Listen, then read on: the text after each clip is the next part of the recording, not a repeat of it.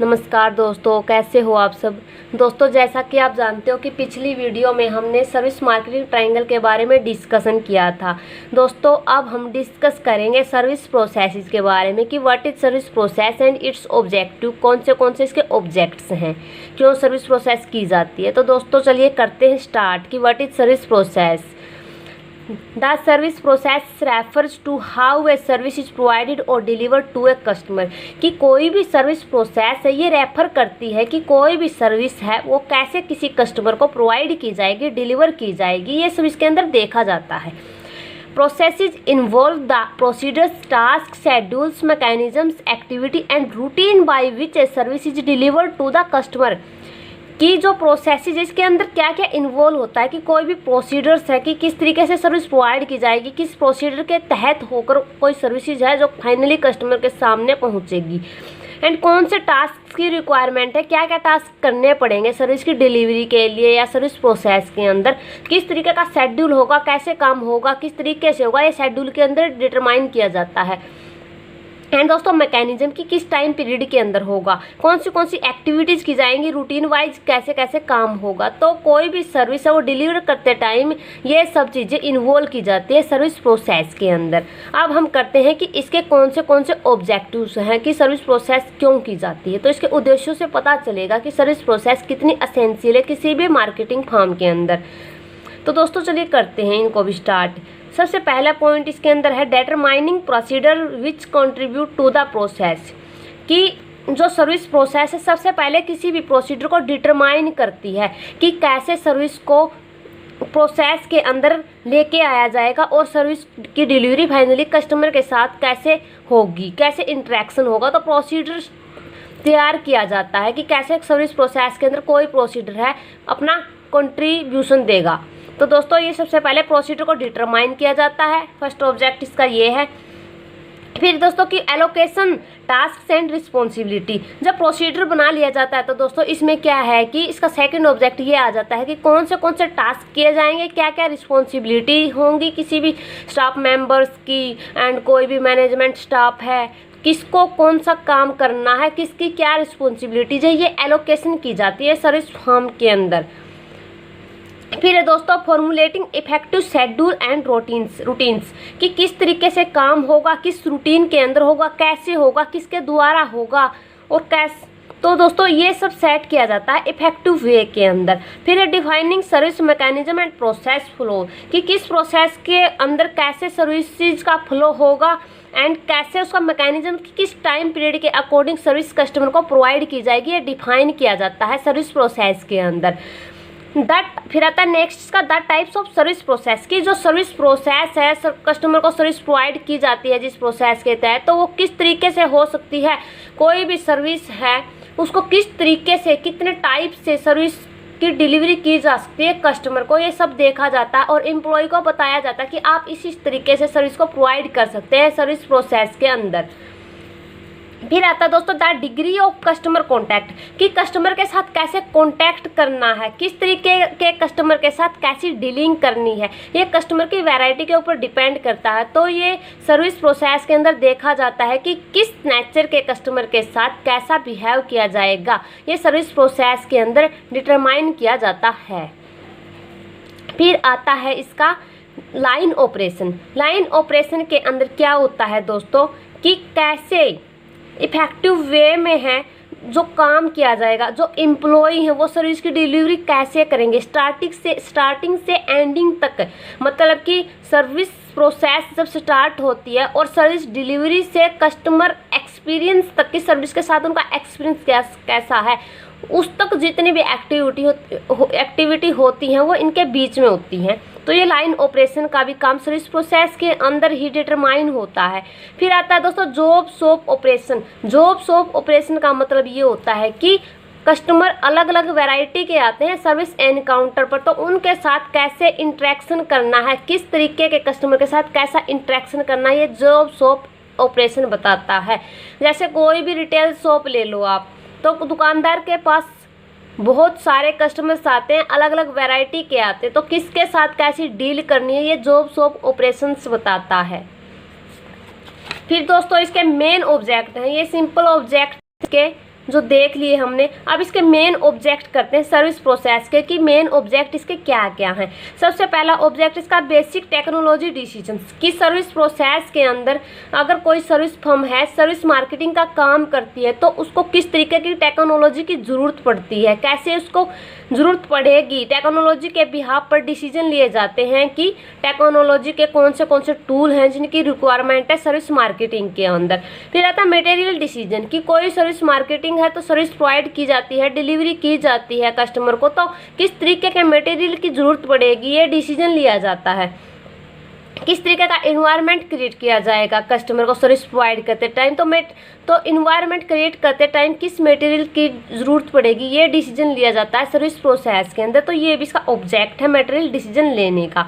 फिर आता है थर्ड इसका स्पेसिफिक इक्विपमेंट डिसीजंस, कि किस किस इक्विपमेंट्स की भी ज़रूरत पड़ेगी सर्विस फर्म के अंदर, कौन से इक्विपमेंट्स है जो स्पेसिफाई हैं बिजनेस के लिए, सर्विस फर्म के लिए।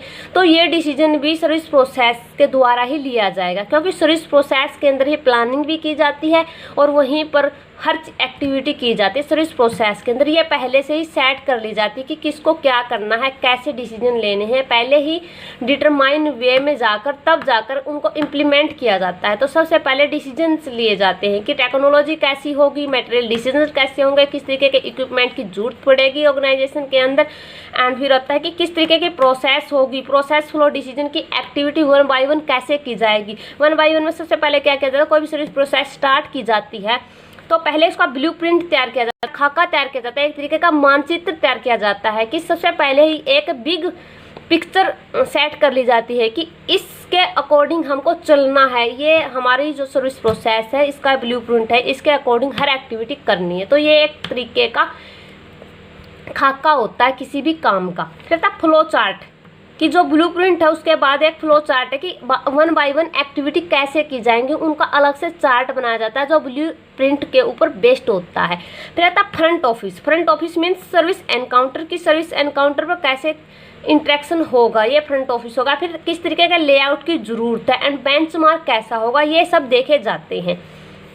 फिर आता है दोस्तों नेक्स्ट है इसके अंदर पीपल डिसीजंस, कि किस तरीके के स्टाफ की रिक्वायरमेंट है, क्योंकि ब्लूप्रिंट तैयार कर लिया, प्रोसेस फ्लो का डिसीजन ले लिया कि ऐसे ऐसे एक्टिविटी करनी है, बट उन एक्टिविटी को कौन करेगा, पीपल्स के रिगार्ड में डिसीजन लिए जाते हैं कि किस तरीके का स्टाफ वो रिक्रूट करना है, कैसे किसको कौन सा टास्क और कौन सी रिस्पॉन्सिबिलिटी एलोकेट करनी है, ये सब पीपल डिसीजंस के अंदर किया जाता है। फिर आता है स्ट्रेटजिक लेवल ऑब्जेक्टिव्स। फिर है कि दोस्तों कि पीपल का डिसीजन तो ले लेते हैं वो, लेकिन किस तरीके की स्ट्रेटजी उनको ऊपर अडॉप्ट करवानी है, कैसे उनको करके चलना है किसी भी काम को स्ट्रेटजी के अंदर। तो स्ट्रेटजिक लेवल डिसीजन लिए जाते हैं कि इसके अंदर कौन से की सपोर्टिव मैनेजमेंट मेथड की जो एक्टिविटी सपोर्ट करती हैं किसी भी चीज़ को, किसी भी सर्विस प्रोवाइडिंग एक्टिविटी को, तो सपोर्टिंग मैनेजमेंट मेथड्स कौन से होंगे, कैसे एम्प्लॉयज़ को सपोर्ट की जाए, किस तरीके से मैनेजमेंट किया जाए, तो ये सब इसके अंदर देखा जाता है। फिर आता है पर्सनल पॉलिसी। पर्सनल पॉलिसी जो एम्प्लॉय काम करते हैं उनके रिगार्ड में क्या पॉलिसी होंगी, किस तरीके की उनको ट्रेनिंग प्रोवाइड की जाएगी, कैसे उनके लिए हेल्प ओरिएंटेड प्रोग्राम ऑर्गेनाइज किए जाएंगे, ये पर्सनल पॉलिसी के अकॉर्डिंग देखे जाते हैं। फिर आता है internal trading policy. Internal trading policy है कि कोई भी इंटरनल जो इन्वायरमेंट होता है किसी भी सर्विस फर्म का, तो उसके अंदर क्या स्टॉक रखना चाहिए, क्या नहीं रखना चाहिए, किस तरीके का ट्रेड होना चाहिए, उसके रिगार्ड में पॉलिसी बनाई जाती है। फिर नेक्स्ट है इसके अंदर प्लानिंग एंड कंट्रोल प्रोसीजर, की प्लानिंग कैसे बनाई जाएगी, ये जो स्ट्रेटेजिक डिसीजन ले लिए जाते हैं ये ट्रेडिंग तक के, फिर उनके रिगार्ड में प्लानिंग एंड कंट्रोल प्रोसीजर तय किया जाता है कि सपोर्टिंग मैनेजमेंट मेथड कैसे लागू होगा, पर्सनल पॉलिसी कैसी बनाई जाएंगी, इनके लिए प्लानिंग तैयार की जाती है। फिर कंट्रोल प्रोसीजर, जैसे प्लानिंग के अकॉर्डिंग काम किया है, इफेक्टिव वे में हुआ है या नहीं हुआ, ये कंट्रोल प्रोसीजर के अकॉर्डिंग देखा जाएगा। फिर आता है tactical level objective. Tactical level objective के अंदर क्या है कि सर्विस की सेल कैसे होगी, सपोर्टिंग सर्विस कौन सी रहेंगी, कंपैरिजन क्या रहेगा, एंड सिंगल मार्केटिंग एफर्ट्स कौन से डालने होंगे सर्विस मार्केटिंग के अंदर, ताकि जो हमारा सर्विस एनकाउंटर है, सर्विस डिलीवरी सिस्टम है, जो हमारी सर्विस प्रोसेस है वो सक्सेसफुल हो जाए। तो दोस्तों ये मेन ऑब्जेक्ट है सर्विस प्रोसेस के, सर्विस मार्केटिंग के अंदर। और अब हम करते हैं इसका जो सर्विस डिज़ाइन है उसका मॉडल, ये सर्विस प्रोसेस के अंदर ही इंक्लूड है। तो दोस्तों चलिए करते हैं उसको भी स्टार्ट। सबसे पहले ये आप परफॉर्मा देख लो इस चीज़ का कि जो मैनेजमेंट मॉडल है सर्विस डिज़ाइन का या स्टेजेस का या प्रोसेस का, कुछ भी बोल लीजिए आप इसको, इन तीनों में से डिज़ाइन, स्टेजेस एंड प्रोसेस के अंदर से। तो दोस्तों चलिए करते हैं इसको स्टार्ट वन बाय वन, कौन से पॉइंट हैं इनके अकॉर्डिंग। फर्स्ट इसके अंदर है मैनेजमेंट मॉडल के अंदर डेवलपिंग डिज़ाइन एट्रीब्यूट्स। दोस्तों ये ही स्टार्ट किया था हमने यहीं से कि भी कोई भी सर्विस प्रोसेस जब स्टार्ट होती है उसके अंदर क्या किया जाता है, उसके एट्रीब्यूट्स क्या क्या है, किस तरीके से काम होंगे, कैसे होंगे, किस तरीके का डिज़ाइन है। अगर हम रेस्टोरेंट ओपन कर रहे हैं तो जो हमारी सर्विस प्रोसेस है वो कहाँ से स्टार्ट होगी, कैसे होगी, उसका डिज़ाइन तैयार किया जाता है स्टार्टिंग एक्टिविटी से लेकर एंडिंग एक्टिविटी तक। तो डिज़ाइन के जो एट्रीब्यूट्स हैं वो सेट किए जाते हैं, वो डेवलप किए जाते हैं। सेकेंड है इसके अंदर स्पेसिफाइंग डिज़ाइन परफॉर्मेंस स्टैंडर्ड्स, कि जो डिज़ाइन के एट्रीब्यूट सेट किए हैं, जो डिज़ाइन डेवलप किया है कि इस तरीके से काम करना, जो ब्लूप्रिंट बना लिया, जो मानचित्र हमने देख लिया, बिग पिक्चर में जो चीज़ शो कर दी कि ऐसे ऐसे काम करना है, इसके अकॉर्डिंग चलना है। तो एक डिज़ाइन की जो स्पेसिफाई है डिज़ाइन, उसको हम स्पेसिफाई करके परफॉर्मेंस स्टैंडर्ड सेट कर देते हैं कि किस तरीके की परफॉर्मेंस होगी, कौन क्या करेगा, किस तरीके की एक्टिविटी किसको करनी है, कैसा स्टाफ रिक्रूट करना है, तो किस स्टाफ मेंबर को कौन सी परफॉर्मेंस देनी है, कैसा टास्क करना है, किस टाइम पीरियड के अंदर करना है, एंड उसकी क्या क्या रिस्पॉन्सिबिलिटी रहेंगी, किसको मैनेजमेंट का काम करना है, किसको सर्विस डिलीवरी का काम करना है, किसको इंटरेक्शन करना है, कौन कस्टमर के साथ डीलिंग करेगा, ये सब चीज़ें इसके अंदर देखी जाती हैं परफॉर्मेंस स्टैंडर्ड्स के अंदर। और किस तरीके की सर्विस प्रोवाइड की जाएगी, किस तरीके के वेरिएंट्स कस्टमर के साथ कैसे बिहेव किया जाएगा सर्विस एनकाउंटर पर, ये सब यहाँ पर डिज़ाइन के अंदर परफॉर्मेंस स्टैंडर्ड में सेट कर लिए जाते हैं। फिर आता है जनरेटिंग एवेल्युएटिंग डिज़ाइन कंसेप्ट, कि जो चीज़ यहाँ पर स्टैंडर्ड सेट कर लिए उनको पूरी तरीके से इवेलुएट कर लिया जाता है, नए नए आइडिया जनरेट किए जाते हैं कि क्या कुछ और ऐड करना है। तो ये डिज़ाइन कंसेप्ट को एवेल्युएशन किया जाता है यहाँ पर कि क्या कुछ कोई कमी तो नहीं रह गई है इनके अंदर। तो टोटली यहाँ पर generating and evaluating process start कर दी जाती है और पता लगा जाता है कि कहाँ क्या कमी है, क्या सुधार करना है, या जो ये डिज़ाइन कंसेप्ट है ये इम्प्रूव होनी चाहिए या नहीं होनी चाहिए, या इसको ऐसे ही डेवलप किया जाए। अगर ये अच्छी है तो फोर्थ स्टेप के अंदर क्या कर देते हैं, जो डिज़ाइन सेट किया था उसको एवेल्युएट करके फिर उसको डिज़ाइन को डिटेल में डेवलप कर दिया जाता है कि फाइनली ये डिज़ाइन है हमारा, ये ठीक है, इसके अकॉर्डिंग जो हमारी सर्विस प्रोसेस है वो सक्सेसफुल हो सकते हैं। तो आगे की एक्टिविटी होती है जिसमें फिफ्थ स्टेप क्या होता है कि इम्प्लीमेंटिंग द डिज़ाइन।